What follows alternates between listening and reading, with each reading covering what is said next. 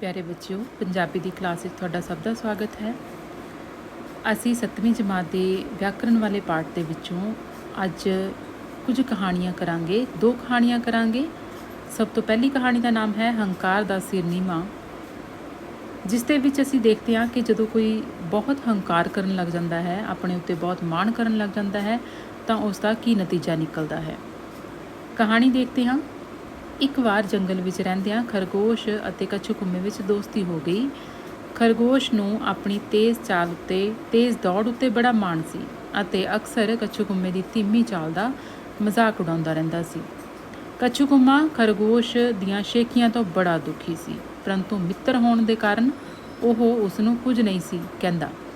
क्योंकि देखो, जंगल दे विच जदों जानवर रहिंदे ने तां ओह आपस दे विच भावें इकट्ठे इक्को जंगल दे विच रहिंदे ने, पर फिर भी उन्हां दे विच भी दुश्मनी या खटास जिहड़ी उन्हां दे रिश्तिਆਂ ਵਿੱਚ हो सकती है।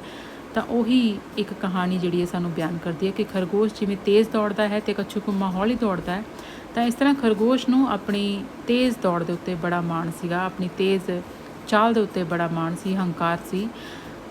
ਪਰ ਵਿਚਾਰਾ ਕੱਛੂ ਕੁੰਮਾ, ਕਿਉਂਕਿ ਉਸ ਦੀ ਚਾਲ ਹੀ ਹੌਲੀ ਹੈ।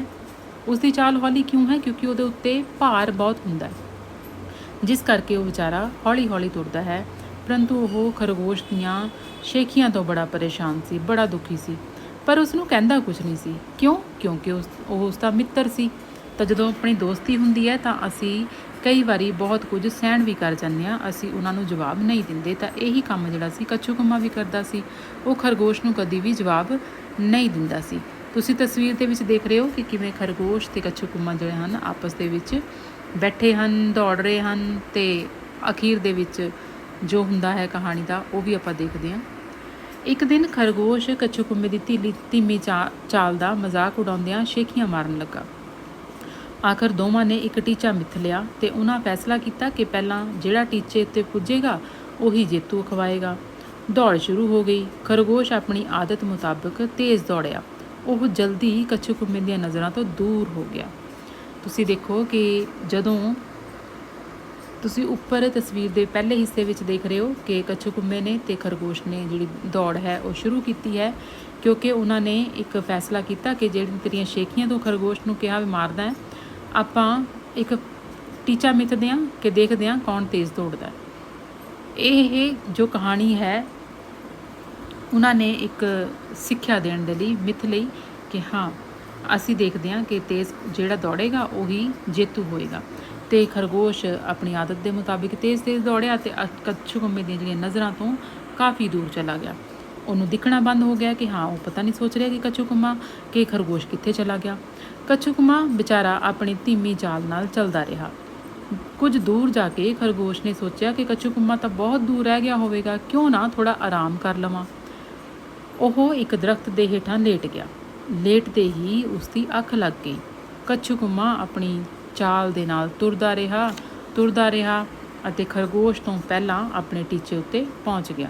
मतलब कि जदों खरगोश ने देखा कि कच्छू कुम्मा तो किते नज़र ही नहीं आ रहा, तो उन्हें ये सोच लिया कि चलो जिन्नी देर नूं वो आंदा है मैं थोड़ा जिहा आराम कर ਲਾਂ।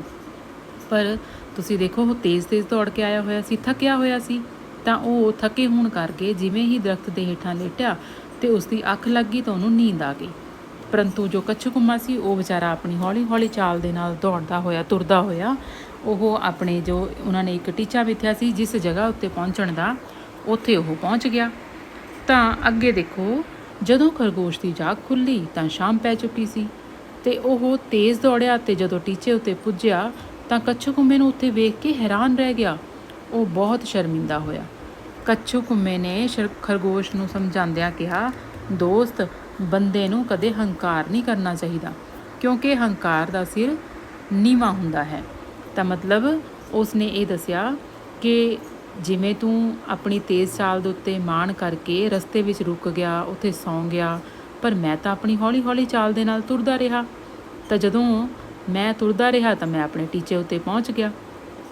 जदों शाम नूं खरगोश ने देखा कि उहदी जाग खुली तो हुण लेट हो गया, फटाफट छेती छेती दौड़िया, पर वो पहला ही मिथे हुए जगह के उत्ते कच्छू कुम्मे नूं देख के बड़ा हैरान रह गया। तो वह शर्मिंदा भी बहुत होया, क्योंकि उन्हें ही यह शेखी मारी सी कि मैं तेज़ दौड़दा।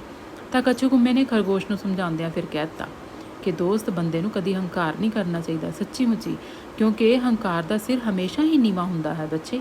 ਜਿਹੜਾ ਬੰਦਾ ਵੀ ਹੋਵੇ ਚਾਹੇ ਉਹ ਵੀ ਜਦੋਂ ਆਪਣੇ ਕਿਸੇ ਵੀ ਚੀਜ਼ ਦਾ ਹੰਕਾਰ ਕਰਨ ਲੱਗ ਜਾਂਦਾ ਹੈ ਤਾਂ ਇਹ ਉਹਦੇ ਲਈ ਹਮੇਸ਼ਾ ਮਾੜਾ ਹੀ ਹੋ ਨਿਬੜਦਾ ਹੈ। ਇਸ ਲਈ ਸਾਨੂੰ ਕਦੀ ਵੀ ਹੰਕਾਰ ਨਹੀਂ ਕਰਨਾ ਚਾਹੀਦਾ, ਹੰਕਾਰ ਤੋਂ ਦੂਰ ਰਹਿਣਾ ਚਾਹੀਦਾ ਹੈ। ਸਿੱਖਿਆ ਕੀ ਮਿਲਦੀ ਹੈ ਕਿ ਹੰਕਾਰ ਦਾ ਸਿਰ ਨੀਵਾਂ ਹੁੰਦਾ ਹੈ ਜਾਂ ਸਹਿਜ ਪੱਕੇ ਸੋ ਮਿੱਠਾ ਹੋਏ। ਮਤਲਬ ਹੌਲੀ ਹੌਲੀ, ਸਹਿਜ ਪੱਕੇ ਸੋ ਮਿੱਠਾ ਹੋਏ ਮਤਲਬ ਭਾਵੇਂ ਤੁਸੀਂ ਕਿਹੜਾ ਵੀ ਕੰਮ ਕਰਨਾ ਹੌਲੀ ਹੌਲੀ ਕਰਦੇ ਰਹੋਗੇ, ਉਹ ਕਦੀ ਨਾ ਕਦੀ ਕੰਪਲੀਟ ਜ਼ਰੂਰ ਹੋ ਜਾਏਗਾ। ਫਿਰ ਜਦੋਂ ਉਹ ਕੰਪਲੀਟ ਹੋ ਜਾਏਗਾ ਅਤੇ ਉਹਦਾ ਸਵਾਦ ਹੀ ਅਲੱਗ ਹੁੰਦਾ ਕਿ ਹਾਂ ਅਸੀਂ ਇਹ ਕੰਮ ਆਪਣੇ ਆਪ ਕੀਤਾ ਅਤੇ ਇਹ ਪੂਰਾ ਹੋ ਗਿਆ। ਉਸ ਤੋਂ ਬਾਅਦ ਜਿਹੜੀ ਆਪਣੀ ਅਗਲੀ ਕਹਾਣੀ ਹੈ ਉਹ ਹੈ ਕਦੇ ਝੂਠ ਨਾ ਬੋਲੋ। ਝੂਠ ਬੋਲਣਾ ਵੈਸੇ ਵੀ ਬੱਚੇ ਬਹੁਤ ਬੁਰੀ ਆਦਤ ਹੁੰਦੀ ਹੈ, ਕਿਉਂਕਿ ਜਿਹੜਾ ਬੰਦਾ ਇੱਕ ਵਾਰ ਝੂਠ ਬੋਲਦਾ ਤਾਂ ਉਹਦੇ ਉੱਤੇ ਵਿਸ਼ਵਾਸ ਨਹੀਂ ਕੀਤਾ ਜਾਂਦਾ। ਲੋਕ ਜਿਹੜੇ ਨੇ ਉਹਦੇ ਉੱਤੇ ਵਿਸ਼ਵਾਸ ਕਰਨਾ ਛੱਡ ਦਿੰਦੇ ਨੇ। ਤਾਂ ਇਸੇ ਤਰ੍ਹਾਂ ਇਸ ਕਹਾਣੀ ਨੂੰ, ਇਸ ਸਿੱਖਿਆ ਨੂੰ ਦਰਸਾਉਂਦੀ ਹੋਈ ਸਾਡੇ ਕੋਲ ਵੀ ਇੱਕ ਕਹਾਣੀ ਹੈ ਜਿਸ ਦਾ ਨਾਮ ਹੈ ਕਦੇ ਝੂਠ ਨਾ ਬੋਲੋ। ਇੱਕ ਆਜੜੀ ਸੀ, ਉਹ ਬੜਾ ਸ਼ਰਾਰਤੀ ਸੀ। ਉਹ ਰੋਜ਼ ਜੰਗਲ ਵਿੱਚ ਭੇਡਾਂ ਚਾਰਨ ਜਾਂਦਾ ਸੀ। ਇੱਕ ਦਿਨ ਉਸਨੇ ਲੋਕਾਂ ਦਾ ਮਖੌਲ ਉਡਾਉਣਾ ਚਾਹਿਆ। ਉਹ ਇੱਕ ਉੱਚੇ ਦਰਖਤ ਉੱਤੇ ਚੜ੍ਹ ਕੇ ਤੇ ਉੱਚੀ ਉੱਚੀ ਰੌਲਾ ਪਾਉਣ ਲੱਗਾ, ਸ਼ੇਰ ਆਇਆ, ਸ਼ੇਰ ਆਇਆ, ਮੈਨੂੰ ਬਚਾਓ, ਮੈਨੂੰ ਬਚਾਓ।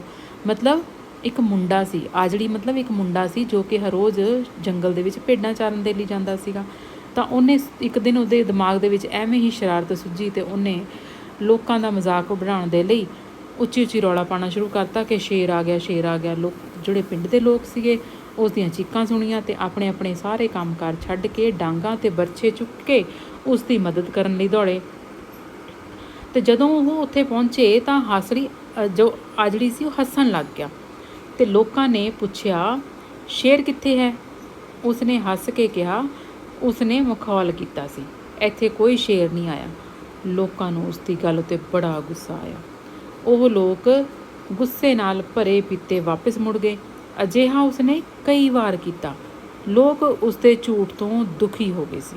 ਮਤਲਬ ਇਹ ਜਿਹੜਾ ਵਾਕਾ ਸੀ ਉਸਨੇ ਇੱਕ ਵਾਰ ਨਹੀਂ, ਦੋ ਵਾਰ ਨਹੀਂ, ਕਈ ਵਾਰ ਕੀਤਾ।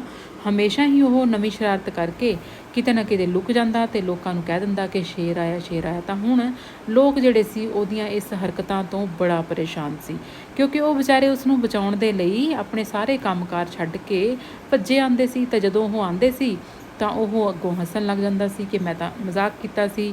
ਤਾਂ ਇਸ ਤਰ੍ਹਾਂ ਲੋਕਾਂ ਨੂੰ ਫਿਰ ਬਹੁਤ ਗੁੱਸਾ ਆਉਣ ਲੱਗ ਗਿਆ ਅਤੇ ਉਹਦੇ ਝੂਠ ਤੋਂ ਉਹ ਬੜੇ ਦੁਖੀ ਹੋ ਗਏ। ਇੱਕ ਦਿਨ ਫਿਰ ਕੀ ਹੋਇਆ, ਇੱਕ ਦਿਨ ਜਦੋਂ ਆਜੜੀ ਭੇਡਾਂ ਚਾਰ ਰਿਹਾ ਸੀ ਤਾਂ ਸੱਚਮੁੱਚ ਹੀ ਸ਼ੇਰ ਆ ਗਿਆ। ਉਹ ਉਸ ਦੀਆਂ ਭੇਡਾਂ ਨੂੰ ਮਾਰ ਕੇ ਖਾਣ ਲੱਗਾ। ਮੁੰਡੇ ਨੇ ਬਹੁਤ ਰੌਲਾ ਪਾਇਆ। ਪਿੰਡ ਦੇ ਲੋਕਾਂ ਨੇ ਉਸ ਦੀਆਂ ਚੀਕਾਂ ਤਾਂ ਸੁਣੀਆਂ, ਪਰ ਕੋਈ ਵੀ ਉਸ ਦੀ ਮਦਦ ਲਈ ਨਹੀਂ ਆਇਆ। ਹੁਣ ਕਿਉਂ ਨਹੀਂ ਆਇਆ ਮਦਦ ਲਈ? ਕਿਉਂਕਿ ਉਹਨਾਂ ਨੂੰ ਐਂ ਲੱਗਿਆ ਕਿ ਹੋ ਸਕਦਾ ਇਹ ਅੱਜ ਵੀ ਇਹ ਵੈਸੇ ਹੀ ਰੌਲਾ ਪਾ ਰਿਹਾ ਹੋਵੇ, ਇਹ ਤਾਂ ਜਿਵੇਂ ਰੋਜ਼ ਦਾ ਹੀ ਕੰਮ ਹੈ ਇਸਦਾ ਕਿ ਇਸ ਨੇ ਚੀਕਾਂ ਮਾਰਨੀਆਂ, ਸ਼ੇਰ ਆਇਆ, ਸ਼ੇਰ ਆਇਆ।